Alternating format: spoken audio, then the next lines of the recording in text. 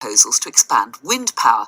But what about e-scooters? Their popularity has soared in the past couple of years, but how safe are they, and do we need new laws on how and where we can ride them? Well, earlier this evening, I spoke to Nick Freeman, otherwise known as Mr. Loophole, a traffic lawyer, and Ben Everett, MP for Milton Keynes, home to the first e-scooter trial. I asked him how it was going. So Milton Keynes is ideally placed to trial the electric scooters because, as well as being an awesome city, we have a grid system of redways, which are sort of cycleways that are shared with joggers, and they crisscross the city. You can basically go from one side of the city to the other without crossing a road, and it's incredibly accessible. We've had all kinds of trials on that kind of thing before, so pod cars, autonomous vehicles, and that kind of thing. So really well placed to run this trial. The trial runs for a year. These scooters, there are two different scooter companies. They drop them around the place, basically, so outside the station, near office box, and so on. And people can download the app. They blip in, they zoom off, and as long as they obey all of the traffic niceties that you would have to when you're on a bike. So they ride them on the redways, they ride them on the road, you don't ride them on the pavement. So it's basically the same rules as riding a bike. Then you can zip around the city quite happily and get from A to B in an environmentally friendly way. So it's a trial. We'll be learning lots and lots, getting lots of data. The companies will be learning stuff too, and with a view to potentially legalising and regulating as we go forward. Because, as I understand it at the moment, it's only those sort of public schemes which are actually legal, and provided you're over 18 and got a driver's licence, anyone can ride them. I mean, Nick Freeman, it sounds like a very positive idea. It's a clean, green way of people getting around. Indeed it is. It's actually over 16, Carol, not over 18. Thank you for the correction. It's all right. You're absolutely right. It's environmentally friendly. It's absolutely appropriate in these times where we're supposed to be socially distanced. And you couldn't really have a better city than Milton Keynes to augment this scheme because of the fantastic infrastructure, which is absolutely perfectly designed for these e-scooters. So my problem really is twofold, and it's not at all with Milton Keynes. The first thing is this: there is actually legislation in place. They're governed by the Highway Code and they're governed by the Road Traffic Act. But the big hole that's missing is accountability, identification. And at the moment, we don't know. When you see somebody on an e-scooter committing an offence, you have no idea who that person is. So you could, for example, video someone e-scooting appallingly. They might be on the pavement, they might be jumping red lights, they might be doing all sorts of criminal activity. And the problem we have is, at the moment, we don't know who that person is because there is no registration system as there is with motor vehicles. And I think that's a hurdle that we need to overcome because when we identify people, they become accountable and responsible. And there is already the infrastructure in place. So that's my first problem with them. And I think it's a serious problem. And my second problem really relates actually to the design of the e-scooters. I think they are inherently dangerous by virtue of the design because the wheels are actually too small. The wheels, I think, are 8.5 inches. And whilst they may be okay, they're very difficult to balance. You have to be fairly adept. Of course, Milton Keynes may give a falsely glowing impression because of the superb infrastructure. But, many of our towns and cities have very poor road surfaces, and they don't have the infrastructure that Milton Keynes has. Okay. And it's been shown very simply that when an 8.5-inch wheel goes over a hole in the road, a pothole or something like that, it has very severe consequences. Whereas if the wheel was 16 inches, it would be much more capable of absorbing the pothole. So those are basically my two issues.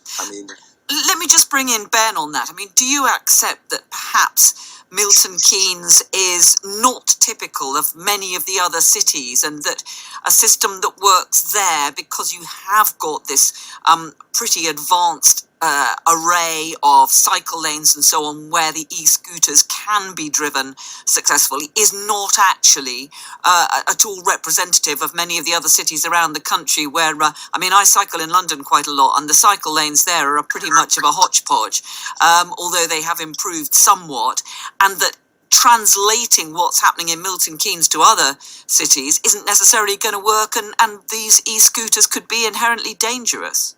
Yes, I mean, one of the great things about that question, essentially, is you've just said, do you agree that Milton Keynes is just a bit too awesome? And yeah, thanks very much. But really, we're trialling all over the place. So Milton Keynes is just one of the trials that's been going. I was talking to leader of Redditch Council this morning, who is also running a trial, and they will find different issues to that which we find. So yes, we are ideally set up in Milton Keynes to trial this, and it may well be that what we learn from the trials and bring forward into how we regulate and legislate for this does bring us some learnings along those. But to go to the first point about the kind of the accountability, and I think it's a very well put point, though it is basically the same for bikes. You know, people jump red lights on bikes all the time. They shouldn't, but they do, and sometimes the police grab them and nick them. But we all know mostly they don't. I think we do need to make sure that we're not trying to over-regulate and stifle this. I'd be very interested in finding a way of actually doing it so that we can get some sensible regulation and accountability in there. But one of the things that we need to do is just let it go and let people use these things responsibly. And Ben, have you had problems of people riding the e-scooters on the pavements where they shouldn't be, perhaps proving a bit of a hazard to pedestrians and so on?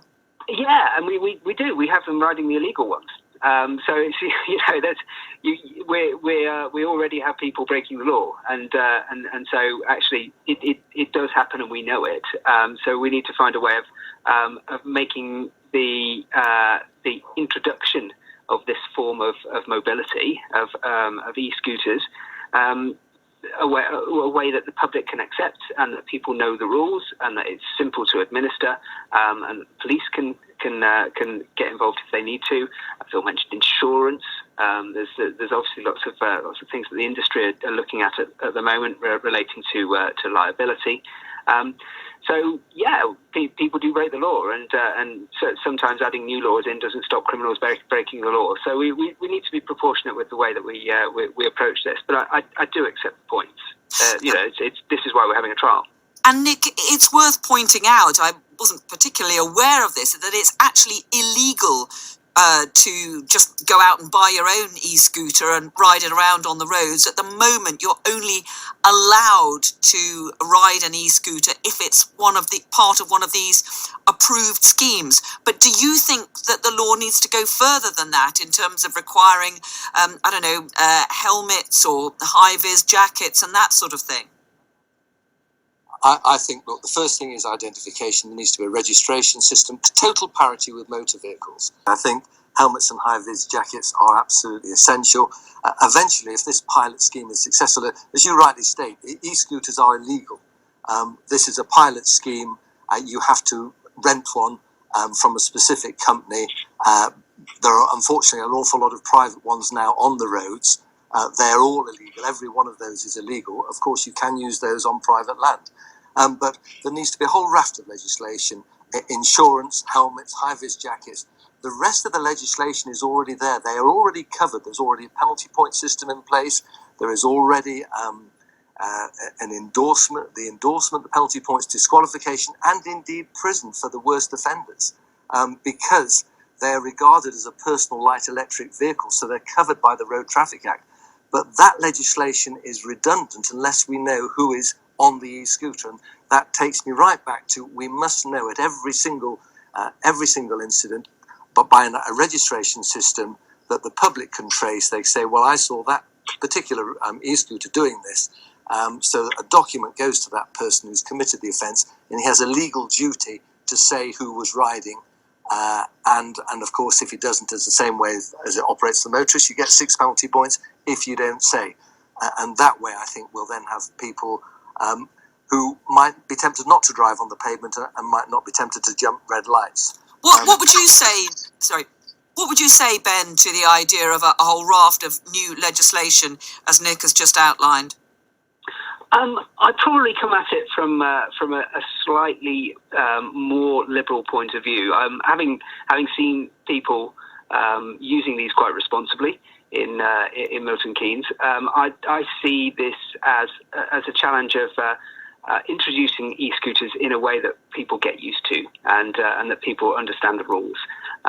So I wouldn't, for example, favour instinctively making helmets mandatory, because I would actually want to incentivise people to use them and not put barriers in there. The schemes. It's not mandatory in the pilot schemes, but it is strongly advised, strongly recommended.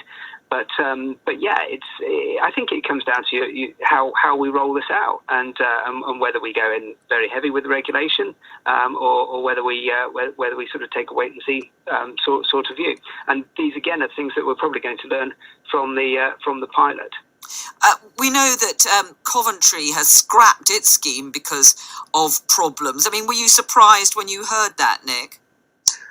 No, I'm not surprised, because in an ideal world, everyone would use them responsibly. But people are going to abuse them. They're going to break the law, as indeed motorists do. But at least when a motorist does, you know who is responsible. There is a system in place. With e-scooters, there is a system in place, but we don't know who's on them. So that system is redundant.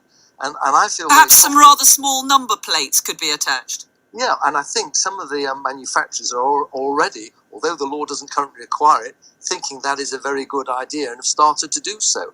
It's a simple idea, and I'm sure if you're on an e-scooter and you can be identified, it is going to have an effect on the way that you use that e-scooter.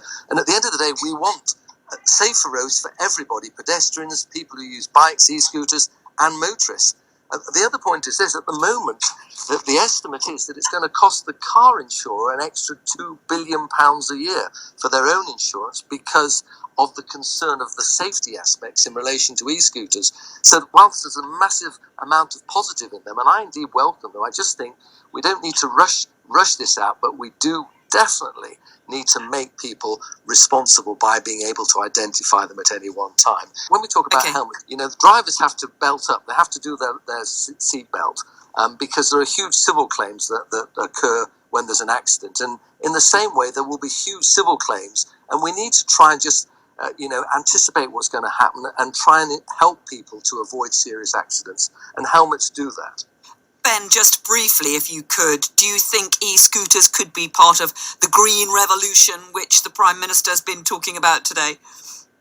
Yes, I absolutely do. I think it's that sort of last mile that we talk about in terms of, for instance, Amazon deliveries and so on, where you can sit at home and do your shopping, but somebody has to bring it in a diesel truck.